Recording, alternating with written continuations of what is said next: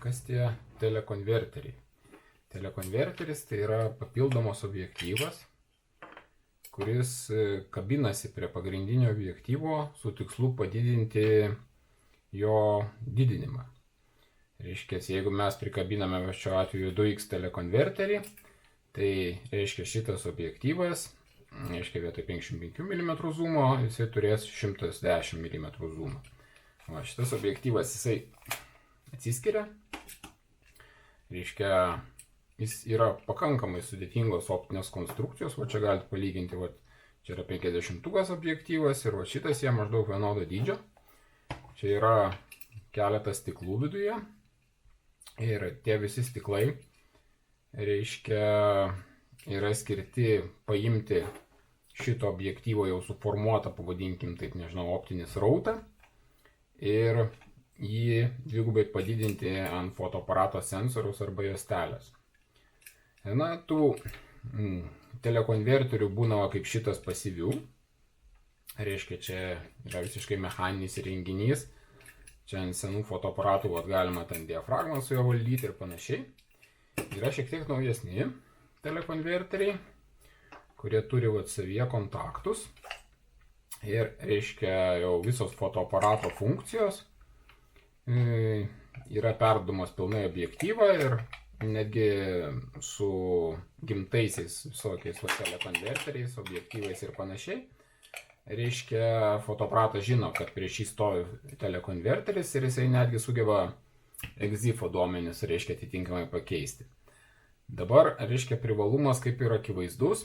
Reiškia, mūsų vaizdas kadre padidėja dvigubai. Kokie yra telekonverterių trūkumai?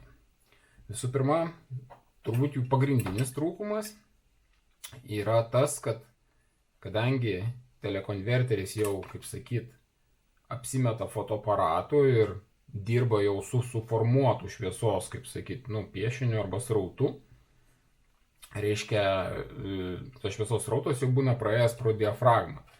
Tai reiškia, kad jeigu mes dvigubai padidiname tą šviesos srautą, pazūminame dvigubai tą šviesos srautą, pas mus neišvengiamai dvigubai sumažėja jo intensyvumas į ploto tašką.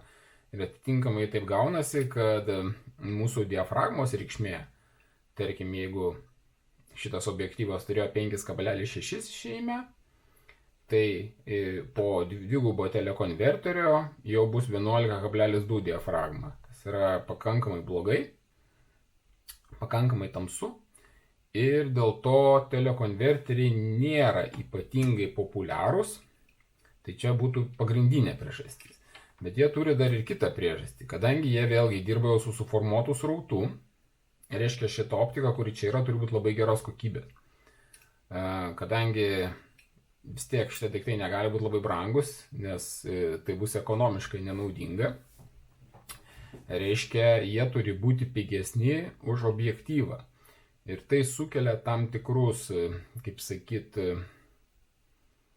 nesklandumus ekonominius, jeigu taip galima išsireikšti. Ir dėl to telekonverteriai dažniausiai negali pilnai pakeisti dvigubai geriau didinančio objektyvo. Tai yra toksai, kaip sakyti, tarpinis variantas, jeigu dėl kažkokių priežasčių, pavyzdžiui, jūs, pavyzdžiui, kompaktiškumo.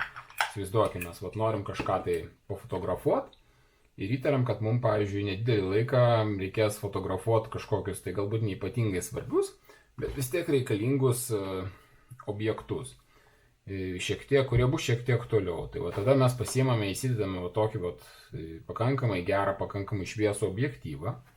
Mes pasiimame telekonverterį 2x ir tai, kaip sakyt, tam etapui, kai mums reikės pafotografuoti šiek tiek iš toliau, mes tada susirenkam, kaip sakyt, objektyvą. Čia bus sudėtinga. Susirenkam kažkaip tai objektyvą. Tai reiškia, gabaritus mes visus išsaugojam tos pačius, o gaunasi, kad mes pasiėmėm dar kaip ir vietoj 2 objektyvų, bet 1. Ir aišku, kadangi, kaip sakiau, kokybė to stiklo nėra, kaip sakyti, jau pati tobuliausia, bet pakankamai gera, Tai reiškia, mes turime 5-6 diafragmą, su kuria dar galima šviesią dieną arba prie gero švietimo dirbti. Na ir mes jau dabar galime nufotografuoti, ką mums reikia ir kilnodami iš esmės pakankamai lengvą daiktą. Dar vienas yra labai svarbus trūkumas telekonverterių, kadangi jie yra, kaip sakyti, dėl savo prigimties, kuo arčiau šitas lęšis yra to vidinio lęšio, to paprasčiau yra padaryti tą kokybišką telekonversiją. Ir dėl to, ir kuo didesnis šitas lęšis, to vėlgi bus geresnė kokybė. Tai vertinant, kad visokiem tokiem labai prastiem stiklam niekas tų telekonverterių nejungs, tai telekonverteriai būna pakankamai daug išsikišę šitoj vietoje. Čia Sigmos dar nieko, bet pavyzdžiui Nikono gimtasis tai yra netgi specialiai iškištas. Ir reiškia, jeigu mes paimsime kažkokį tai objektyvą, tarkime šį objektyvą, ir pamėginsim jį uždėti ant šito telekonverterio, mums greičiausiai nieko nesigaus. Nes fiziškai tiesiog objektyvas fiziškai nelenda. Ir jeigu mes pabandysim jį biškį stipriau paspausti, sulaužysim arba telekonverterį, arba objektyvą ir dažnai nutinka, žmonės ant karštųjų bando uždėti, nieko nesigauna. Nes jeigu objektyvas su pakankamai didelė skylė, tai šiek tiek lengviau būtų uždėti, bet kaip matote, geometrija irgi neleis uždėti. Galim pabandyti, irgi netelpa. Nes taip padaryta, kad maždaug visų 2,8 mm, 2,8 diafragmos objektyvų, tie stiklai yra maždaug kažkokiose specifinėse vietose, tarkim Sigmos, čia šiuo atveju Sigmos konverteris, ir gamintojas pagal tai paskaičiuoja, koks čia turėtų būti tas optimalus atstumas. Aišku, yra visokiausių variantų. Pavyzdžiui, šitas konverteris, kadangi jis yra mažiau kokybiškas, jis leidžia ten bet ką su bet kuo uždėti, bet atitinkamai pas mus tada gaunasi ir kokybė. Kaip matot, čia susirinko. Reiškia, mes vietoj 50 mm 1.8, reiškia, turim dabar 100 mm 3,6 tokį pakankamai vidutinį objektyvą, bet, kaip sakyt, gaunasi 100 mm f4. Tai reiškia, bet kokybė bus atitinkama. Iš čia ir tas įėjimo stiklas ir čia didelė skylė. Kas dar įdomu, ar galima sujungti. Daugam kilo klausimų, pavyzdžiui, kokias astrofotografija užsiema. Iš tikrųjų, taip norisi ten tą menulį pasididinti ir taip toliau.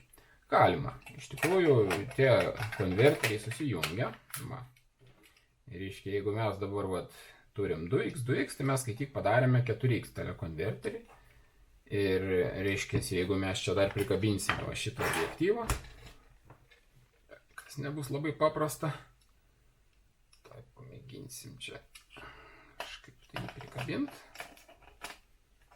Man nėra lengva daryti nematant. Šitaip manysi.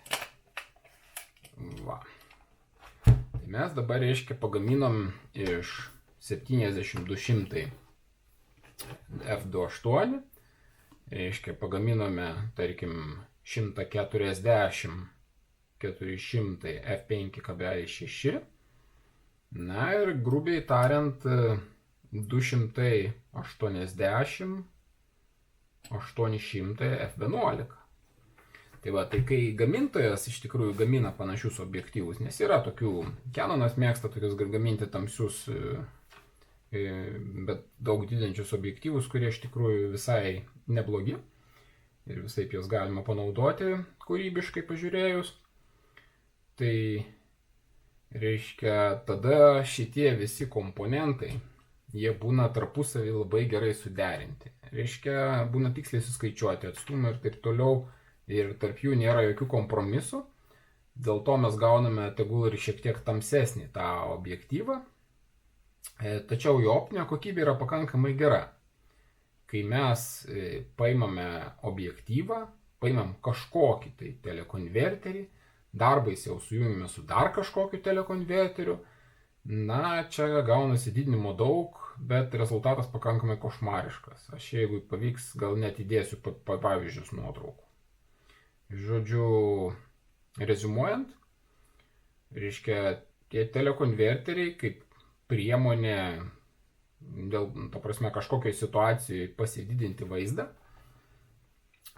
kartais yra visai neblogas variantas, nes tada sutaupome šiek tiek pinigų, masės, nes turime vieną gerą objektyvą ir jeigu mums, pavyzdžiui, labai retai reikia to didinimo, iš principo kartais galima panaudoti tuos telekonverterius, nors realybėje iš tikrųjų, kaip rodo praktika, naudojant 2x telekonverterius, dažnai kokybė būna panaši kaip padidinus su tiesiog 2x ant kompiuterio. Su visokiam gerom programom šiais laikais jau telekonverteriai nėra tokie naudingi, bet ten, tarkim, kai tik prasidėjo skaitmeninė fotografija, galbūt jie buvo biški geriau, kaip sakyt, kotiruojami negu dabar. Tai va, tiek būtų apie telekonverterius.